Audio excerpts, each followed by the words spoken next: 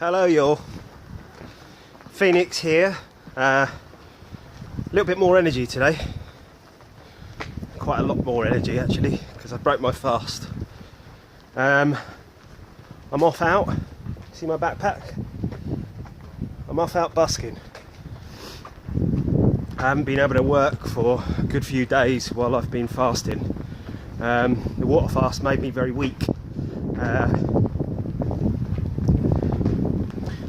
I went out for a couple of bike rides and they make me a little lightheaded. And this sort of busking that I do, the street performing, it takes quite a lot of energy, not just physical energy but a mental energy as well, because I'm blowing massive great big bubbles the size of like a small car sometimes, and it sends kids pretty crazy, and they do crazy things and run around and kick my stuff over and knock the bucket of bubble juice over and all kinds of crazy stuff. So I've got to maintain some sort of mental strength to be able to kind of get the kids to just chill a little bit and stay back from all my kit, so as we can all enjoy the bubbles and I can make some money. So yeah, I broke my fast. I had an avocado, I cut that up, I had it with some lemon juice, and I juiced up a cucumber. And yeah, this morning I'm feeling a lot stronger. Now, this isn't the end of my fasting experiment, not by any means. What I'm going to be doing now, because of the research, while I'm fasting I'm basically doing constant research all the time. I'm sat in like a hermit, and I'm just researching all the time, health and fasting, and you know, I've got a destination in mind. It sounds unrealistic to most people, and it is unrealistic for most people. The destination is breatharianism. If you haven't heard of that, it's the idea is that you live solely off the breath, or more importantly, prana,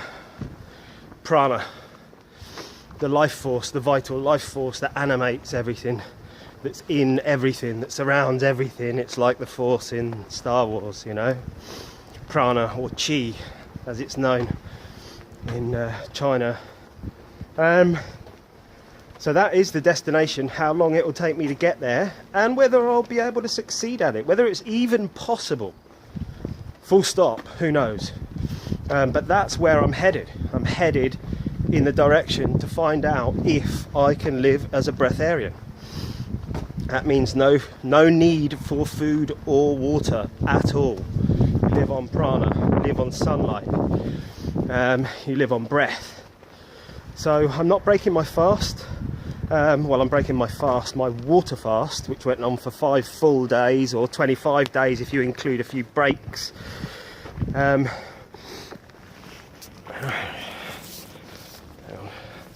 That's no good. It's getting uncomfortable in my arms, so I have to change positions. Alright,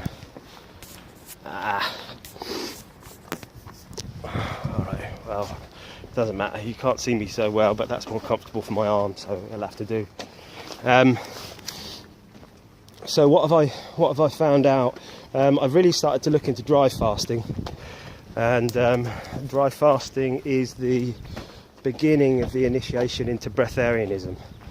So it's something that I will have to go through anyway at some point on my journey towards breatharianism. But what I'm going to start doing is I'm going to start intermittent dry fasting, daily intermittent dry fasting. So what that entails is basically I have a 4-hour window each day in which I can take my liquids and take my solids if I so wish to have solids in my diet, but anyway, consume energy through food and liquids, and also that 4-hour window is where I will do my exercise, my breathing exercises, and all of that kind of stuff as well. and it's all about building the vital energy. It's all about developing the pranic machine that we are, becoming more able to receive and utilize prana, life force. What the dry fasting does is it puts us into a state called ketosis. Ketosis is, in basic terms, it stops the blood, if it doesn't have any glucose, sugar, starch, all of that kind of stuff, sugar, starch, carbohydrates, that all becomes glucose in our blood, and our body uses that for fuel. But too much glucose, and we get an overload of insulin, and that has all sorts of nasty effects on our health.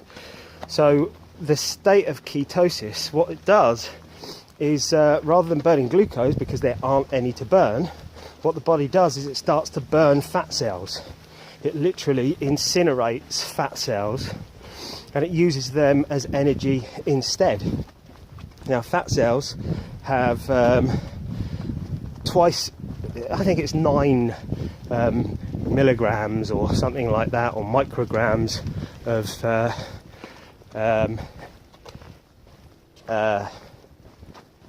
a fat cell contains about 9 milligrams of fat, or micrograms, whatever it is. It's a very small unit of measure in comparison to protein or carbohydrates, which contain 4 grams or milligrams or micrograms or whatever it is of energy, right? So the fat cells have twice as much energy, and when we burn the fat cells, of course, we lose weight, and also it gives us extreme energy, because we're kind of going into survival mode. Now, it's not something that we can play with lightly, this ketosis. We have to keep an eye on levels. So I'll be buying some ketosis strips to check my ketosis levels. You can get them from the pharmacy, and there's a certain range, a safe range to stay within. As long as you're in that range, the ketosis is active and you're burning fat cells. If you go beyond that range, there's all sorts of various dangers associated with it. So anyway, look, this is an experiment. I'm really new to the research, so if the stuff I'm talking about isn't correct factually, that's because I'm quite new to the research still on ketosis. You can also look up ketogenic diet. A ketogenic diet will maintain a level of ketosis. Dry fasting gets us into a state of ketosis, and as long as we dry fast for above about 16 hours a day, we can maintain a level of ketosis. This is, and the fasting aspect, of course, of this is extremely intense, extremely powerful. It's said that dry fasting, which is no fluids, no solids, basically nothing entering the mouth, also no brushing teeth with water. You can dry brush, no showering or anything like that, so no contact with water, literally. It's said that dry fasting is so powerful that it has 3 times more powerful as a cleansing and detoxing modality over water fasting, for example. So 1 day of dry fasting equals 3 days of water fasting, and water fasting is much more powerful than juice fasting. So it would be like the equivalent of about 6 days of juice fasting, 1 day of dry fasting. I'm getting to the train station now, so I need to kind of wrap this up. So anyway, that's what I'm going to be doing: intermittent daily dry fasting for roughly 20 to 22 hours a day. I'll keep you updated on how it goes. how I'm feeling and everything else. It's an ongoing experiment. I'm just taking you along for the ride. If it's interesting, tune in for the next episode. See you, dudes.